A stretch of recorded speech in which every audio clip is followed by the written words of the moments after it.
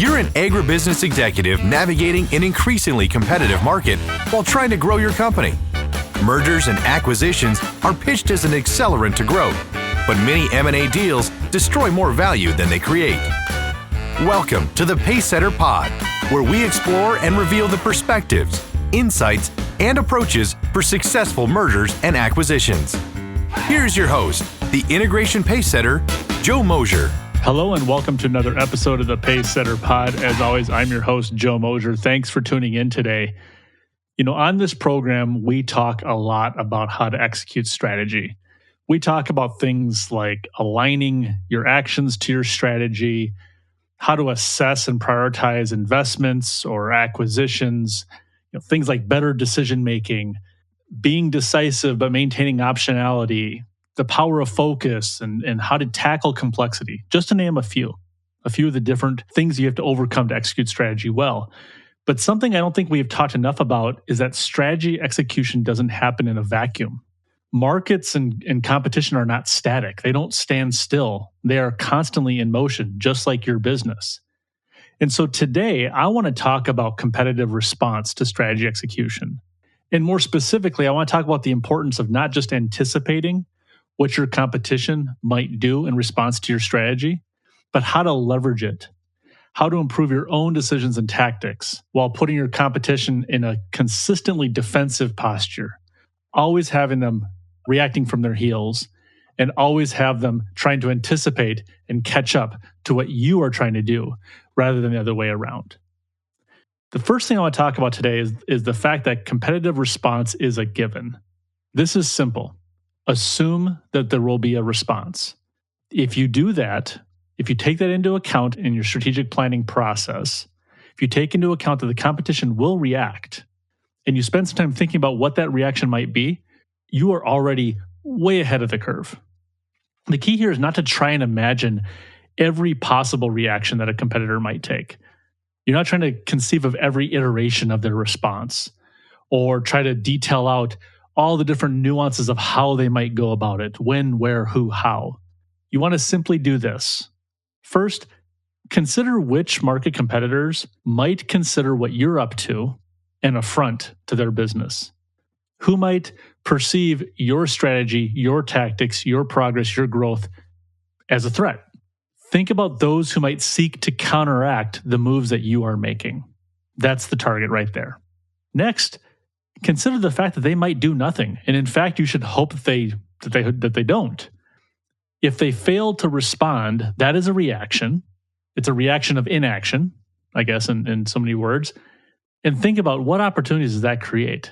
If we do this thing and it's working, and our competition does not take action in response, what additional doors does that open for us? But more likely, you're going to spend time thinking about what are they going to do. Very few competitors are going to sit by and watch you successfully execute a growth plan and not have some kind of reaction to it. And so what I want you to do is think about those companies who are most likely to respond and consider the top one or two, maybe three, but probably one or two most likely competitive responses to your actions. And again, there could be hundreds of iterations here. Things about where they act, when they act, who does it, how it unfolds. But what you're looking for is that thematic response. Who's copying you? Who's doubling down on their existing strategy? And who's maybe doing specific tactics, right? They're going to make moves in pricing. They're going to pursue an acquisition. They might exit the market, whatever it is. If you can sit and look at a list of 1 to 3 most likely actions from the handful of competitors that are most likely to respond to your strategy, and as you look at that list, if you feel confident that your list covers probably 80% of the probable reactions, then you have done your job in this place, in this aspect. You have recognized the fact that people will respond. You've thought about who that might be, and you've thought about what is the lion's share of the most likely responses. Second, we have to reconcile with the fact that anticipating the response is not enough. So as I said earlier at the top of the episode, the market is not static. And if you assume that landing a blow to the competition is going to cause them to stand down, that's a mistake. Now, they might, and that's great if it happens, but assuming that that's going to happen is a big mistake. It's a lousy bet to make, and you don't want to build your plan around it. So if you think about it, a big, bold strategy, well executed, visibly in the market, felt by the market and the customers, it's like a punch in the nose to the competition, to use advocating violence here, but it's kind of like socking somebody in the nose. It's generally going to inspire a response. When someone gets punched in the face, they usually know they've been punched in the face. And they're going to take steps to either stop a repeat occurrence, they're going to batten down the hatches, they're going to go into a defensive posture, they're going to protect themselves, or they might choose to return the favor. And knowing that, when you take that swing, you ought to know where you want to be standing and in what posture you want to be prepared when they collect themselves. It's not a great idea to take a big swing and then sit there rubbernecking, wondering what's going to happen next. What we're talking about here is not just anticipating the response, but getting yourself again into a favorable position when it happens. So you are in a way designing, at this point, you're designing your next 2 to 3 steps of action by reverse engineering the outcomes of their most likely reactions. I know this sounds complex, and I don't want to overcomplicate this. So here's what we want to do. You have a good sense of who's going to respond. You have a strong thesis or hypothesis around what they're going to do in the form of their response. You've got a handful of scenarios to focus on. Look at each one of those scenarios and answer a few questions. First, do we care? If this business, this competitor takes this action, do we care? Does it impact us? If you don't care, if it doesn't impact you or it's an impact that you're not worried about, no additional actions needed. Now you have the confidence of knowing they're likely to do this.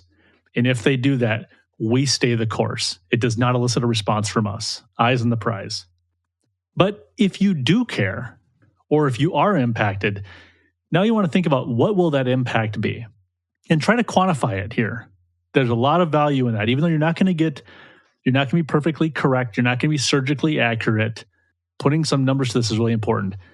If you've deployed a lot of capital in your grain origination operations and you can receive trucks at a speed that is unprecedented in the marketplace, it's going to be blow and go for the farmer at harvest time. And you anticipate, okay, our competition, the first thing they're going to have to do is they're going to have to stay open longer to be able to accommodate their customers because their line's going to move slow. Great. They're going to have longer hours. How much longer? When is that going to start? How long is it going to persist? You need to kind of think about exactly what longer hours might mean. Or if perhaps you've brought a new product or service to the marketplace and it disrupts the positioning of your competitors' similar or adjacent product or service. And you anticipate, well, they're likely initially going to reduce their pricing to protect their market share, to keep their customer books sticky, to not let this new disruptive product service cannibalize their book. They're going to reduce pricing. Great. How much lower do you think they're going to go? What products and services are going to be part of that? Is it going to be everything, some super targeted? Is it going to apply to everybody, all their customers, or is it going to be to a very select few profiles of customers? How long do you think it could persist, right? What's the horizon over which they're likely to lower their prices?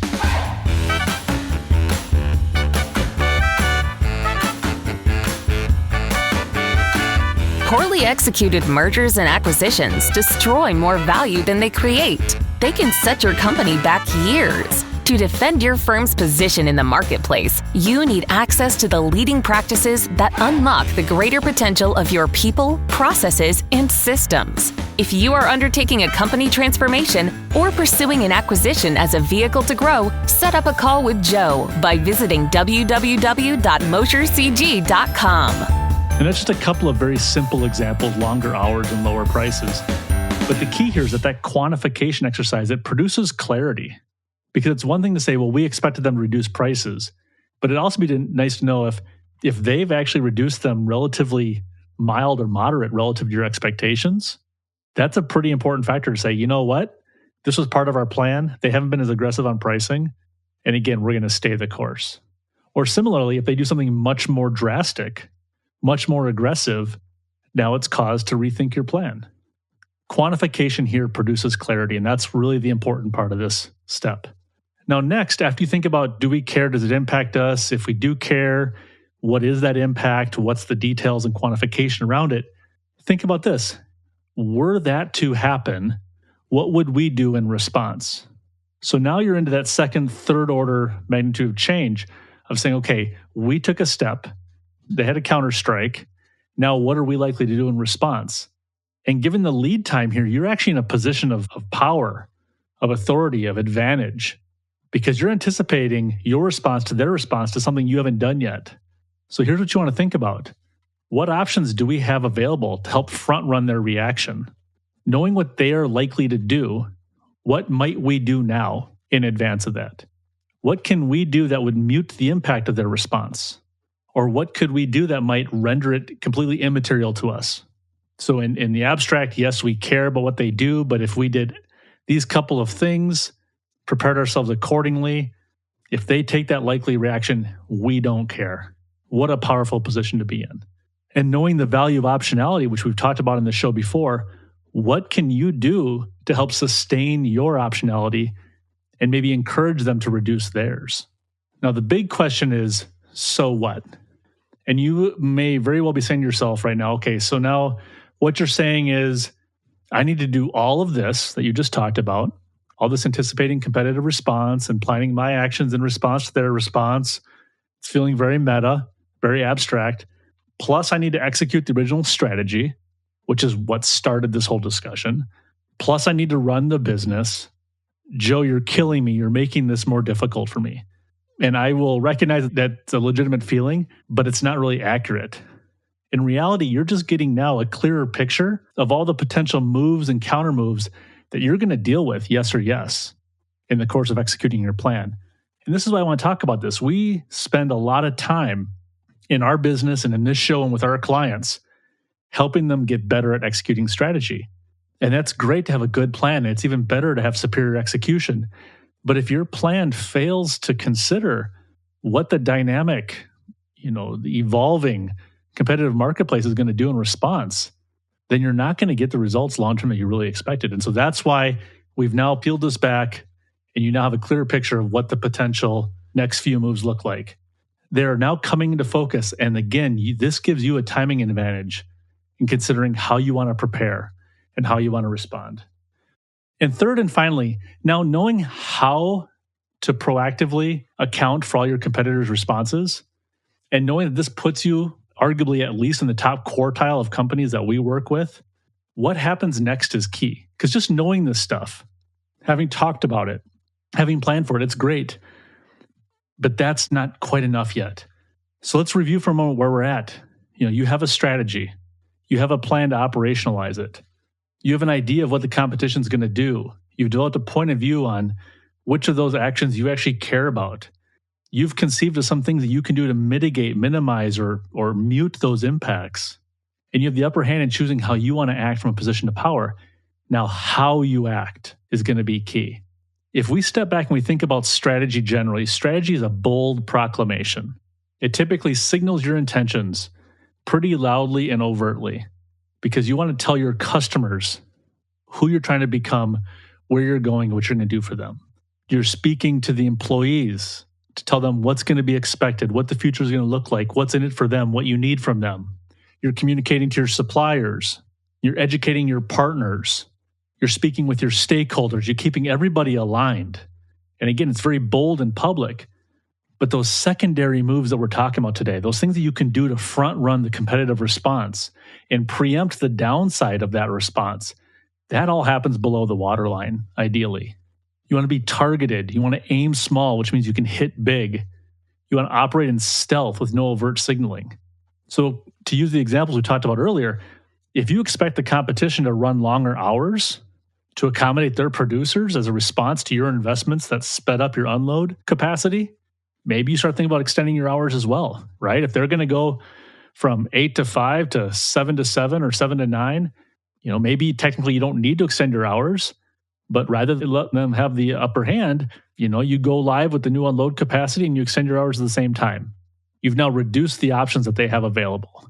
If you suspect the competition is going to reduce their prices or they're going to increase their bids depending on the kind of business you're in, maybe you start a soft communications campaign where you start talking about the value of your product and service. Not necessarily the commercial price of it, but the value inherent in what it is that you do. Anyone can chase prices down, but it takes a prepared mind to defend value and keep those prices buoyed when other people are looking to drop them. So if you believe the competition is going to seek, inorganic growth through M&A in response to what you're up to, maybe start thinking about how M&A fits into your plan, or how you can build the products or services or capabilities in-house that your competitors are going to be going to market and paying a premium to procure, right? It's all these little things that you can be doing as you think about what are their responses and what can we do.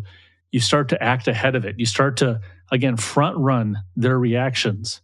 It keeps them on their heels, keeps you in a position of power and authority. And again, it keeps you in the top quartile of organizations that are executing well and finding growth. And this is the nice thing about it. Nothing is more vexing than trying to outrun your competitor.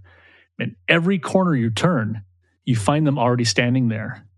You don't want to be the person chasing the competition and find them around every corner. You want to be the person that's standing there waiting, the business that's standing there waiting when they come around the corner. And they're reminded yet again that you're one step ahead. That's where you want to be. So let's recap what we talked about today. Strategy is not executed in a vacuum. Really important thing for us to keep in mind every day in our businesses. Also, strategy is often not discrete. Others are going to pick up on what you're up to. And because it's not discrete, a competitive response is a given.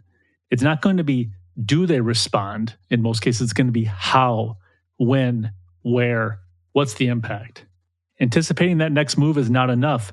You have to cement your advantage by not just anticipating the response, but by weighing those responses to zero in on where you might be vulnerable, what that impact could be, and what you might do to mitigate or neutralize those impacts. What we talked about is not a stand-in for good strategy work and superior execution. This is not a replacement for either. Rather, this is a pragmatic and an iterative process that will extend the advantages that come from building a powerful strategy and executing it well. And I hope that this serves you well and gives you the impetus to think differently about the next moves you're going to make. And I would love to hear from any listeners that have put this to work in their agribusiness, or even better, if you found other alternate approaches that also delivered value as you think about predicting and responding to competitive response in the market. Thank you as always for tuning in today to the Pacesetter Pod. If you haven't already, be sure to subscribe on your podcast platform of choice. If you want to support the show, please consider leaving us a review on your device right now. We really do appreciate it. And to continue the conversation, you can connect with me, Joe Mosier, on LinkedIn, or set up a call directly by visiting Mosier Consulting Group online at mosiercg.com. I'd love to hear from you. Thanks again, and as always, for listening, and have a safe day. This is thepodcastfactory.com.